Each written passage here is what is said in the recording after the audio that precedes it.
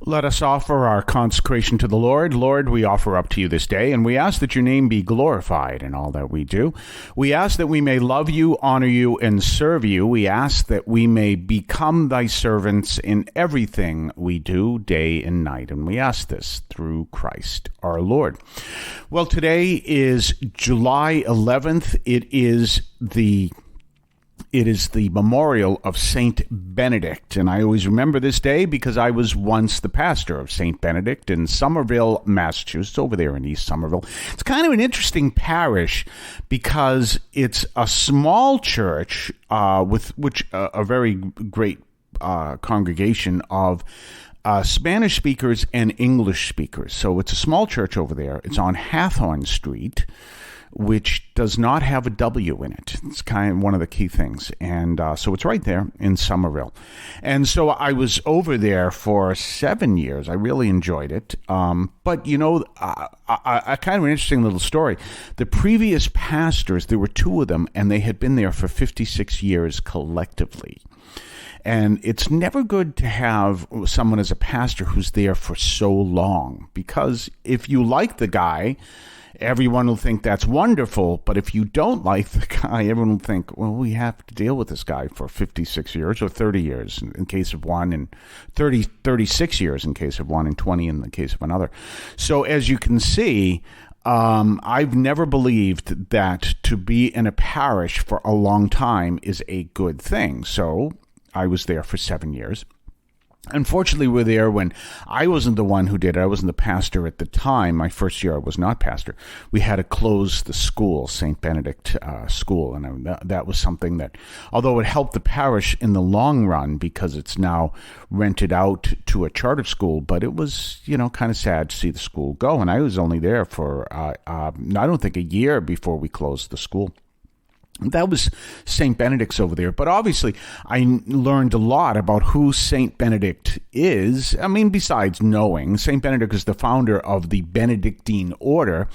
And one of the sayings of the order, it's monastic, okay? So it means the people are the monks, or I believe nuns is the right word, they live a special kind of life where they live as a community of unmarried men or unmarried women. So it is in that context, and they work together to build and work and do what needs to be done, but they are following the philosophy of Saint Benedict, which was pray and work. So kind of together. So they're very much deeply involved in prayer, but they're also doing some kind of work for the monastery. And that work, besides obviously caring for the monastery, could be and often is producing something that is of service to the world around it. So, for example, building upon that, there were several orders that do that. Now, we have one order of Benedictines down in Hingham, Massachusetts, that is in Glastonbury Abbey, and some of the things that they do is they offer a bookstore and everything else, but they also do retreats there and also other places. There's a big retreat place. And that is the Benedictine order down there in Glastonbury. But there's a stricter order that's over in Spencer, Massachusetts. And that is the order, if you ever listen to the afternoon show and listen to Alfred Mehrer, that is the order that he belonged to for a short amount of time. And, he was a postulant there. And then discovered that his ministry, his vocation actually was to marriage, but he was there. And that is in order that among the things they produce is, you've probably seen it in stores, Trappist jelly. They also, up until recently, produced beer, but for a short time, they produced it for several years. But apparently they've stopped doing that. And one of the things they said, someone was telling me, one of the reasons for it is if you cannot buy the beer at the monastery, and there's no place to take a tour or anything. There's a lot of breweries, normal breweries, like I've taken a tour of Coors, and you cannot visit the brewery there. Well, I asked someone one time, I said, why don't you have a tasting room? Why don't you sell the beer? He says, we're not licensed. We don't have the license to do that. And I said, oh, they have the license to produce the beer, but they don't have the license, or they did have the license to produce the beer, but they didn't have the license to have a tasting room or even sell it on the property. Kind of interesting. But that works on that same model, that work and prayer. Now, they are well known for living in silence. They don't live to the same silence that they were once well known, but they're probably more famous. There are several famous Cistercians that you may be aware of. Thomas Merton, and of course, I believe it's Thomas Keating. And those are several of the monks that have been known to be part of the Cistercian order. My granduncle was one of them, by the way, and he had to leave the order for health reasons. He had some kind of issue with his stomach that I think was some kind of an ulcer.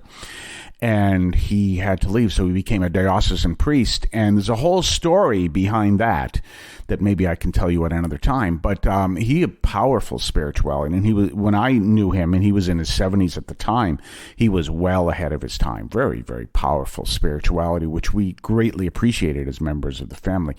He was known as Father Robert, and he was, I always get a kick out of telling people I was named after my father, who was named after his Uncle John. When he left the monastery, he returned to his name, which was John. So people look, how is that true? Well, that's how it's true. We'll talk more on the other side of the break. You're listening to St. Anthony Overnight from St. Anthony Parish from Allston, Massachusetts, right here on WEZE 590 AM. You can also hear us at CatholicAudiomedia.com and your favorite podcast platform. We'll be right back. I want to call your attention to Catholic TV, which offers great faith-filled, family-friendly programming 24 hours a day. You can find your cable channel at www.getcatholictv.com, and you can watch online on the free apps or check out the YouTube channel. Daily Mass, Rosaries, the Divine Mercy Chaplet, and the Our Lady of Perpetual Help Novena are all available online and on demand. Check out CatholicTV.com. And don't forget our own website, CatholicAudiomedia.com. That's CatholicAudiomedia.com. You can connect to the parish, St. Anthony in Allston. You can also find our parish through STAnthonyAllston.org, STAnthonyAllston.org.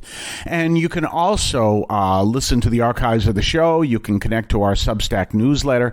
And you can connect to all kinds of things over at CatholicAudiomedia.com. And don't forget to pass the word. Tell people that you listened to this program, what you liked about it, and what you want them to hear. And even if you don't like anything about it and you listen to it for that reason, you know what he says? Well, hey, tell people that's why you listen to the program, but spread the word. So anyway, we're talking about Saint Benedict. I talked to you a little bit about the legacy of Saint Benedict, which is the Benedictine orders and the ones that are connected to the Benedictine orders. In other words, the Cistercians, which is a very strict order of the Benedictine spirituality. And of course, the Benedictine order, for example, the monastery down in Hingham.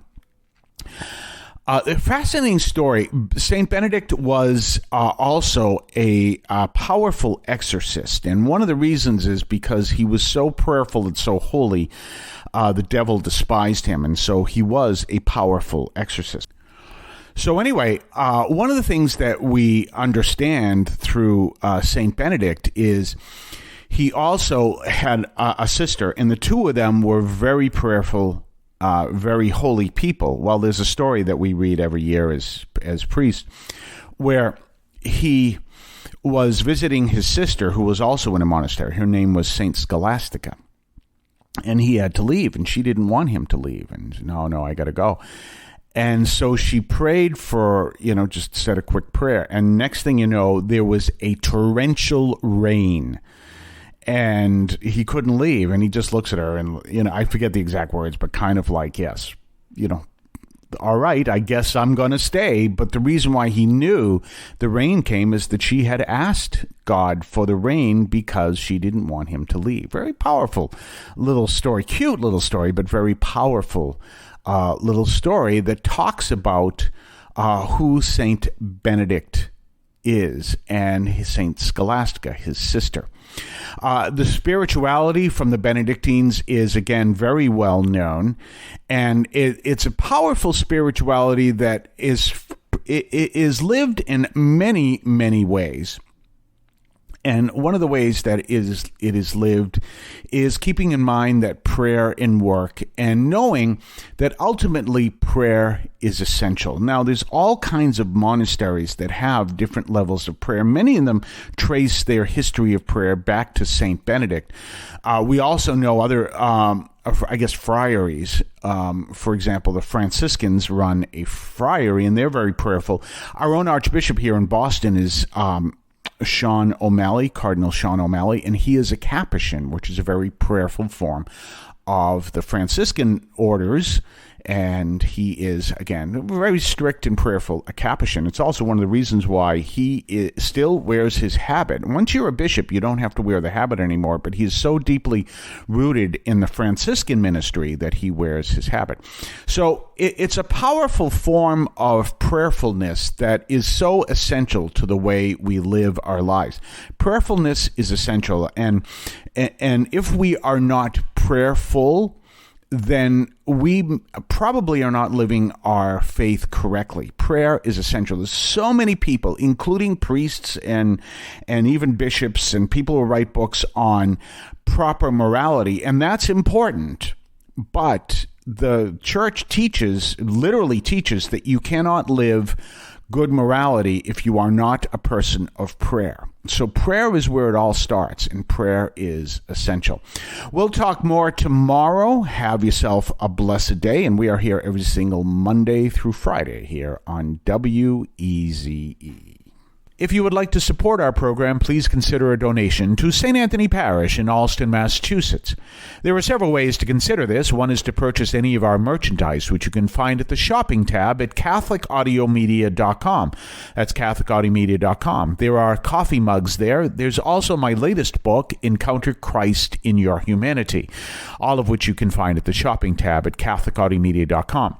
You can also donate to the show directly through either the Donate tab, also at CatholicAudiomedia.com, or by sending a donation through the U.S. Postal Service with your questions and comments at 43 Holton Street, Allston, Massachusetts, 02134. That's St. Anthony Parish, 43 Holton Street, Allston, Massachusetts, 02134. Finally, the best way you can support our parish is to attend Mass on Sundays at 10 o'clock and be a part of our parish. We thank you for any support you would like to give to St. Anthony Parish in Allston, Massachusetts, the sponsoring parish for this media outreach to Catholics and other Christians in the WROL, WEZE, and podcast listening audience. In Cristo vivimos.